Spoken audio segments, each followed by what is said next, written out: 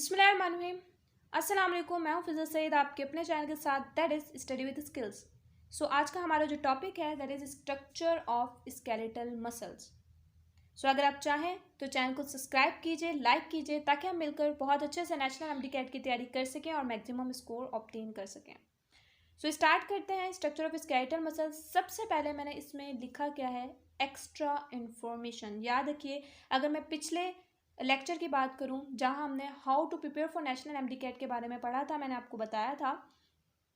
वहाँ मैंने आपको ये कहा था कि एक्स्ट्रा इन्फॉर्मेशन स्पेशली जो फेडरल बुक में लिखी हुई है वो हमें अच्छे तरीके से पता होनी चाहिए। स्टार्ट करते हैं एक्स्ट्रा इन्फॉर्मेशन से।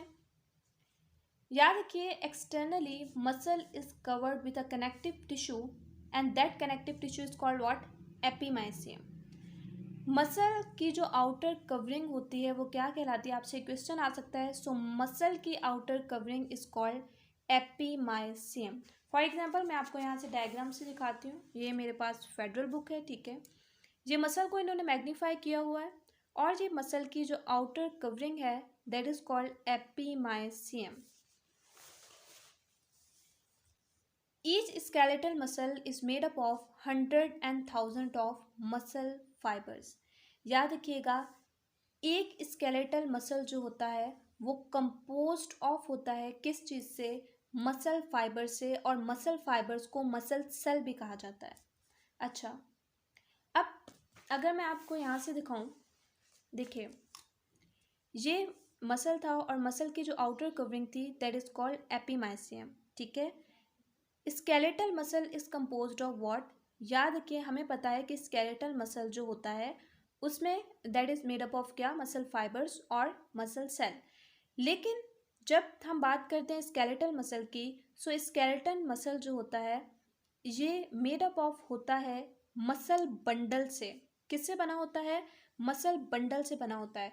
अगर आपके पास सबसे पहले क्वेश्चन आता है और आपसे पूछा जाता है कि skeletal muscle is composed of, और वहाँ पे दो ऑप्शन होते हैं, मसल फाइबर भी होता है और मसल बंडल भी होता है, तो आप पहले मसल बंडल पर लगाएंगे क्योंकि वो ज़्यादा करेक्ट ऑप्शन है मसल फाइबर से।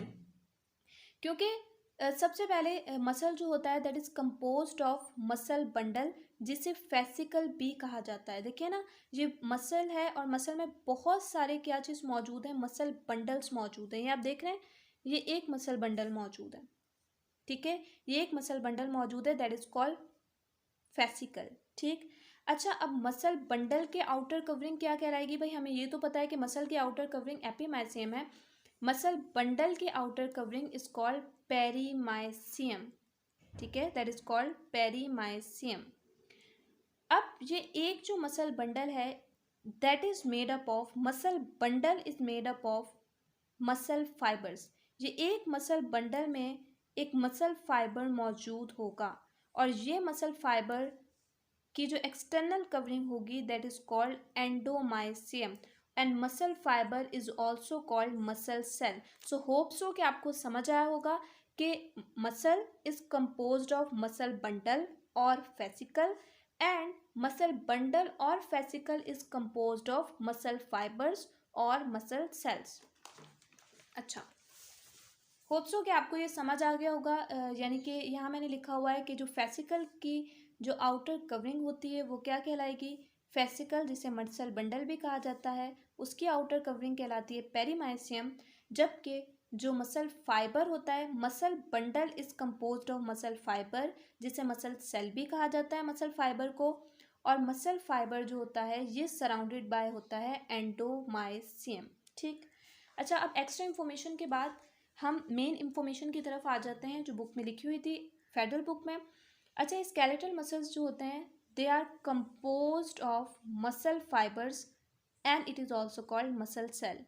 अच्छा, अगर मैं बंडल ऑफ मसल फाइबर्स की बात करूं, जो बंडल ऑफ मसल फाइबर्स होते हैं दे आर इनक्लोज्ड बाय, ये बंद होते हैं collagen fibres and connective tissues से। They are enclosed by muscle fibres और कनेक्टिव टिश्यूज, क्या चीज़, मसल बंडल, ठीक है। जो बंडल ऑफ मसल फाइबर्स होते हैं वो इनक्लोज्ड होते हैं collagen fibres and connective tissues से, ठीक। अच्छा, एंड ऑफ मसल, जो एंड ऑफ मसल होता है दैट इज कंपोज्ड ऑफ, वहाँ पे क्या चीज़ मौजूद होती है, एंड ऑफ मसल पर मौजूद होता है collagen fibres and connective tissue. याद रखिएगा एंड ऑफ मसल पर हमने पढ़ा था, अगर मैं आपको याद दिलाऊं तो हमने पढ़ा था कि स्केलेटल मसल्स जो होते हैं, जब मैं टाइप्स ऑफ स्केलेटल मसल पढ़ा रही थी तब मैंने आपको बताया था कि जो स्केलेटल मसल्स होते हैं वो बोन्स से जुड़ते हैं with the help of tendon. So skeletal muscles किस तरीके से जुड़े हैं बोन से with the help of tendon. So muscles के एंड पर कोलेजन फाइबर्स और कनेक्टिव टिश्यूज मिल के टेंडन बनाते हैं, और वो टेंडन जो होते हैं किससे मिलते हैं, जाके स्केलेटल एलिमेंट से मिलते हैं, यानी कि बोन्स वगैरह से जाके मिलते हैं। सो स्केलेटल मसल्स टेंडन की वजह से अटैच होते हैं बोन्स वगैरह से, और वो टेंडन किस तरीके से बनता है, कोलेजन फाइबर्स और कनेक्टिव टिश्यूज से। होप सो कि आपको समझ आ गया। अच्छा, each muscle fibre enclosed bye a plasma membrane. याद रखिएगा एक जो मसल फाइबर होता है वो इनक्लोज्ड होता है।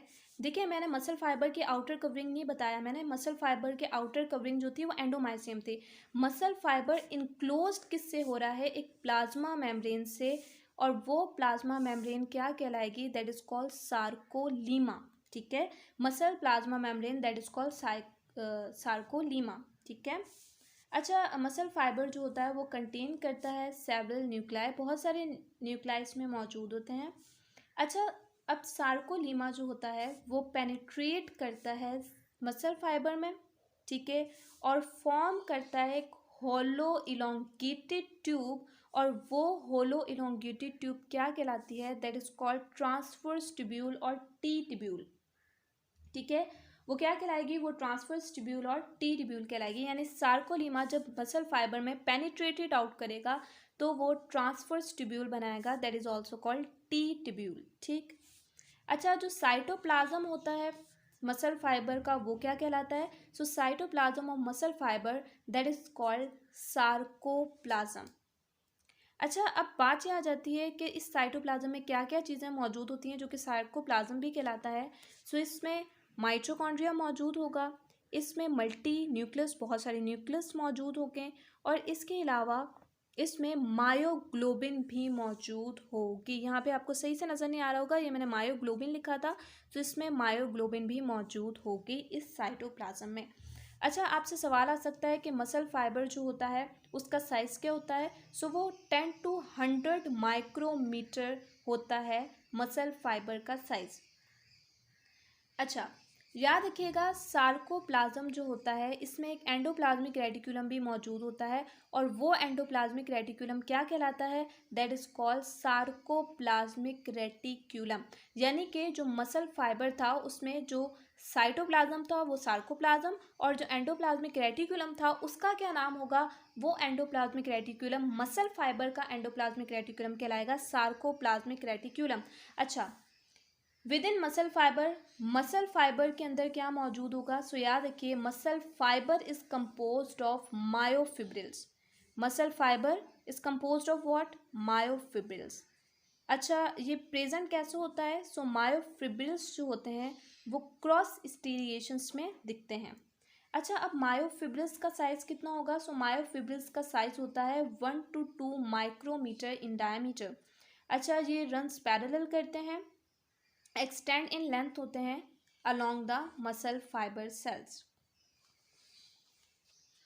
अच्छा, जो मायोफिब्रिल्स होते हैं, myofibrils are composed of myofilaments. याद रखिए मैंने बताया आपको कि muscle fibres are composed of what, muscle fibres are composed of myofibrils, and myofibrils are composed of myofilaments. अच्छा, अब मायोफिलामेंट्स जो होते हैं वो 2 टाइप्स के होते हैं। ठीक है, मायोफिलामेंट्स 2 टाइप्स के होते हैं, एक थिन मायोफिलामेंट्स होते हैं और एक थिक मायोफिलामेंट्स होते हैं। अगर मैं थिन मायोफिलामेंट्स की बात करूं तो ये 7 to 8 नैनोमीटर के होते हैं, जबकि जो थिक मायोफिलामेंट्स होते हैं वो 16 नैनोमीटर के होते हैं। सो आज के लिए इतना ही। अगर आपको आज का लेक्चर समझ आया है और अगर आपको इससे कुछ सीखने को मिला है तो इसे लाइक कीजिए, सब्सक्राइब कीजिए और बेल आइकन को ज़रूर क्लिक कीजिए ताकि आपको आने वाली वीडियो के बारे में अपडेट हासिल हो सके। सो मिलता है नेक्स्ट वीडियो के साथ। रखिए मुझे अपनी दुआओं में याद। अगर कुछ समझ नहीं आया तो कमेंट कीजिए ताकि मैं आपको अच्छे से समझा सकूँ। सो जब तक के लिए अल्लाह हाफिज़।